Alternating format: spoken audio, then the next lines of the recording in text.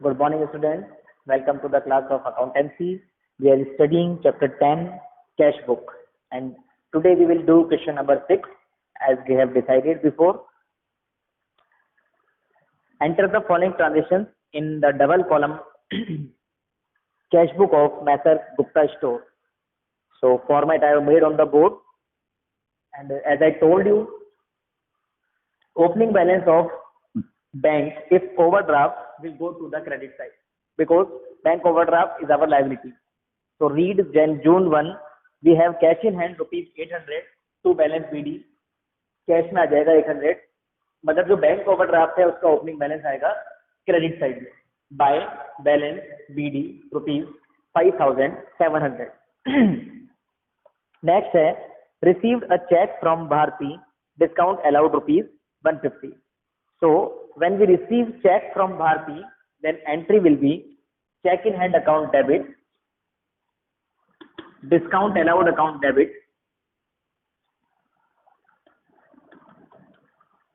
to Bharti because Bharti's check is deposited into bank on 9 June. तो जब कोई check हमें मिलता है मगर हाथों हाथ बैंक में जमा नहीं होता तो हम क्या एंट्री करते हैं cheque in hand account debit to debtor account. तो इस एंट्री की पोस्टिंग कैश बुक में नहीं होगी क्योंकि ये चेक जमा हो रहा है बैंक में. Next day June 9 deposited the above check into bank.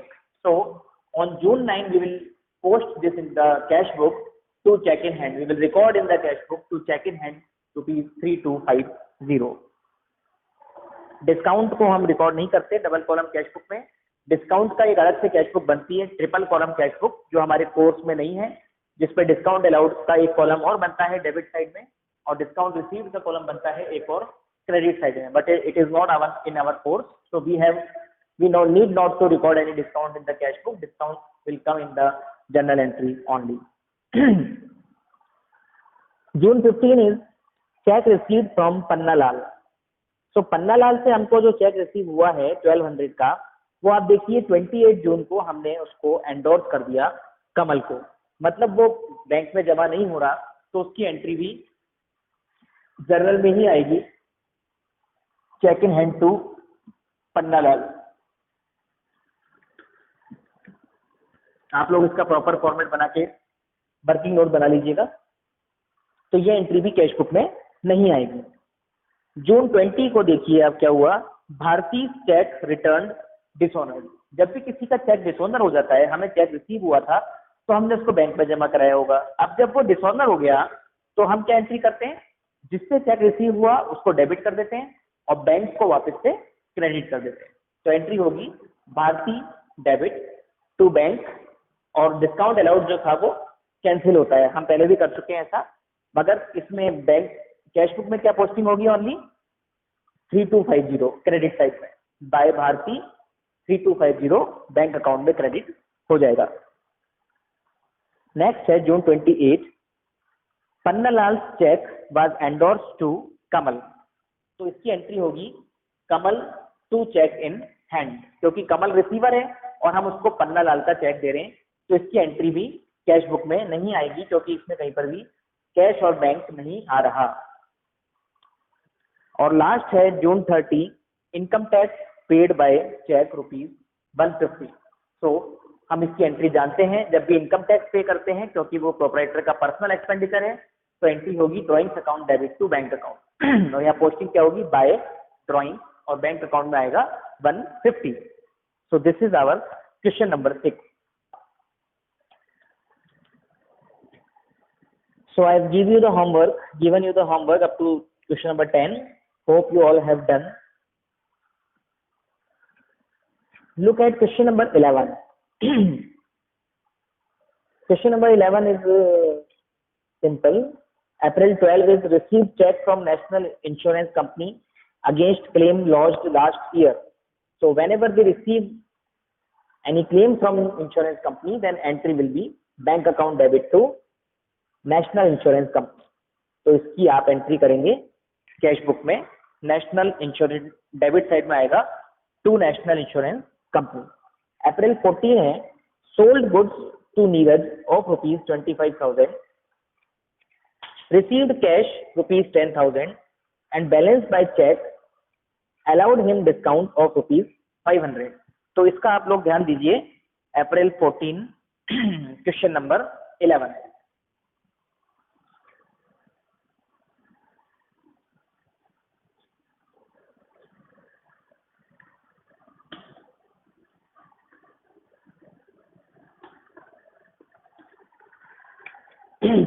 थोड़ा सा अमाउंट का आपको इसमें दिक्कत आ सकती है, इसलिए मैं आपको बता रहा हूँ। हमने नीरज को गुड सेल करे और हमें 10,000 कैश रिसीव हुआ है, तो इसकी जर्नल करके बता रहा हूँ मैं पहले आपको। तो एंट्री क्या होगी, कैश अकाउंट डेबिट 10,000। उसके बाद लिखा हुआ है balance by cheque and allowed him discount of rupees 500। तो डिस्काउंट अलाउड डेबिट होगा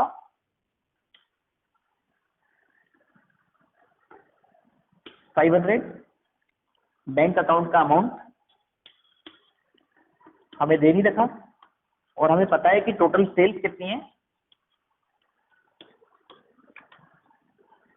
25,000। 25,000 में से आप 10,500 माइनस करिए तो चेक का अमाउंट आएगा आपके पास 14,500। तो इस तरह से इसकी एंट्री होगी। जब आप इसको पोस्ट करेंगे कैश बुक में तो आप क्या करेंगे, टू सेल्स कर देंगे, 10,000 रुपीज कैश में आएगा और 14,500 रुपीज बैंक में आएगा। डिस्काउंट कैश बुक में शो नहीं करते, डबल कॉलम कैश बुक। बाकी के आपको हो जाएंगे सारे आपके। अच्छा, अप्रैल 20 देखिए। अब आप अप्रैल 20 में क्या लिखा हुआ है, paid into bank cheque of Neeraj along with cash rupees 2500। तो यहाँ पर थोड़ा सा इसमें चेंज होगा, क्योंकि ये जो नीरज का चेक है ये अभी बैंक में जमा नहीं हुआ। तो हम क्या करेंगे, यहाँ पर चेक इन हैंड करेंगे।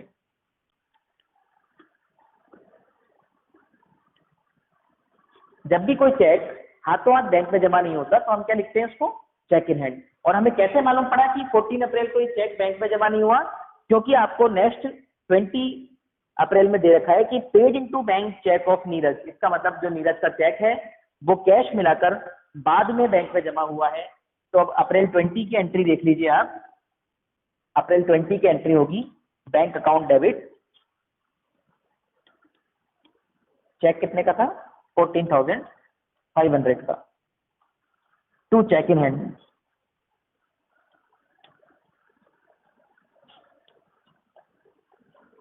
अब आप लोग दोबारा देखिए, रिवाइज हो गया अब ये। अब कैश अकाउंट आ रहा है सिर्फ इस वाली एंट्री में।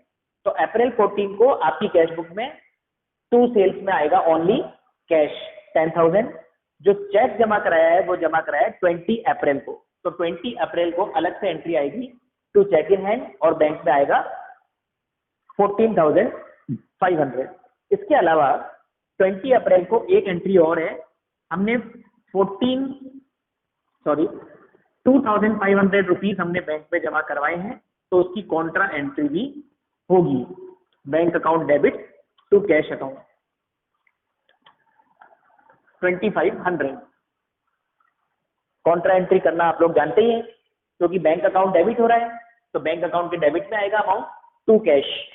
कैश अकाउंट क्रेडिट हो रहा है तो कैश अकाउंट के क्रेडिट में आएगा अमाउंट बाय बैंक। ठीक है, अप्रैल 20 भी हो गया। अप्रैल 22 में आपको दे रखा है paid to Suman by cheque. तो हमने सुमन को चेक से पे करा, तो एंट्री क्या होगी, सुमन टू बैंक। मगर अब नेक्स्ट डेट पढ़िए आप, उसमें क्या लिखा हुआ है, अप्रैल 22 में तो आ जाएगा बाय सुमन और बैंक में अमाउंट आ जाएगा। अप्रैल 26 में आपको दे रखा है कि Suman cheque return on technical ground and paid cash for equal amount. तो इसका मतलब ये है, जब भी हमें किसी से चेक मिला था, हमने किसी को चेक दिया था, तो हमने एंट्री क्या करी थी, सुमन टू बैंक। अब अगर वो चेक डिसऑनर हो गया तो उसकी एंट्री होगी बैंक टू सुमन और सुमन। तो आप लोग इसका कैश बुक देखिए, मैं आपको करके बता देता हूं। सबसे पहले हमने सुमन को चेक दिया। सुमन को चेक कब दिया हमने, अप्रैल 22 को। तो अप्रैल 22 को क्या आएगा, बाय सुमन। अमाउंट क्या है इसका, 2500। अब उसके आगे पढ़िए आप, अप्रैल 26 को वो चेक डिसऑनर हो गया, तो हमें इस एंट्री को अपोजिट करना पड़ेगा, वापस से डेबिट साइड में लिखना पड़ेगा टू सुमन 2600।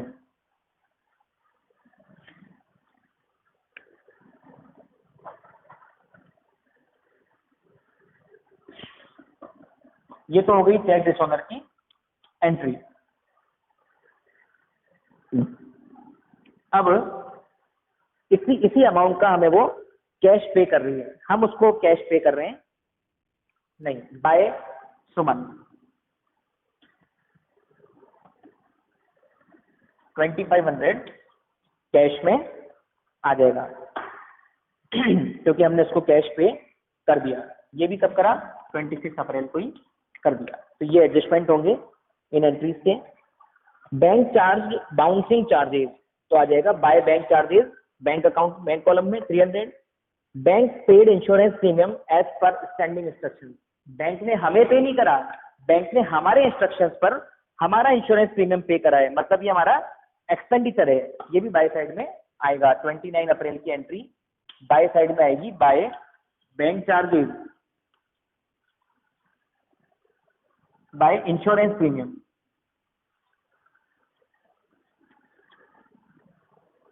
अमाउंट क्या है इसका, 2500, क्योंकि बैंक ने पे करा है तो बैंक कॉलम में आएगा। Nigam paid into bank directly, intimation received on the same day. इसका मतलब यह है कि हमारा कोई डेटर है निगम, उसने हमारे बैंक अकाउंट में डायरेक्ट कैश जमा करा दिया है, तो हम इसकी एंट्री करेंगे बैंक अकाउंट डेबिट टू निगम। तो इसकी एंट्री रिकॉर्ड होगी कैश बुक में 30 अप्रैल को टू निगम, बिकॉज निगम तो गिवर है और हमारा जो बैंक कॉलम है वो बैंक अकाउंट हमारा रिसीवर है। 5000 आ जाएगा बैंक कॉलम में।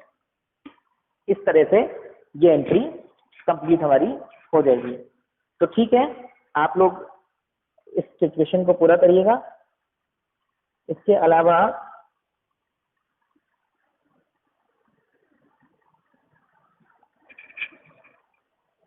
क्वेश्चन नंबर 12 में देखिए आप, जनवरी 10 सोल्ड गुड्स ऑफ ₹4000, 4000 रुपए के हमने गुड्स बेचे।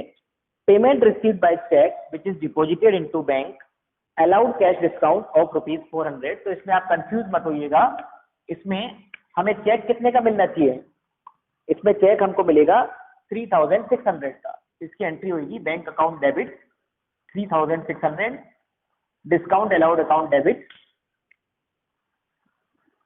₹400 टू सेल ₹4000। यह है आपका क्वेश्चन नंबर 12 जनवरी 10।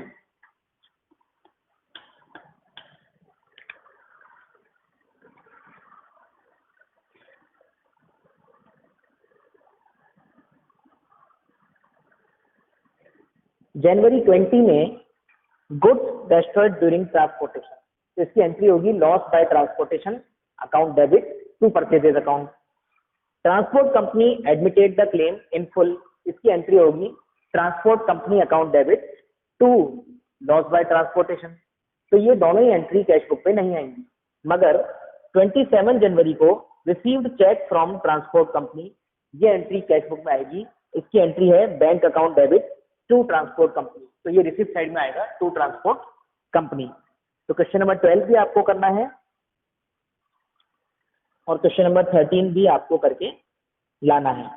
तो आपका आज का होमवर्क है क्वेश्चन नंबर 11, 12 एंड 13।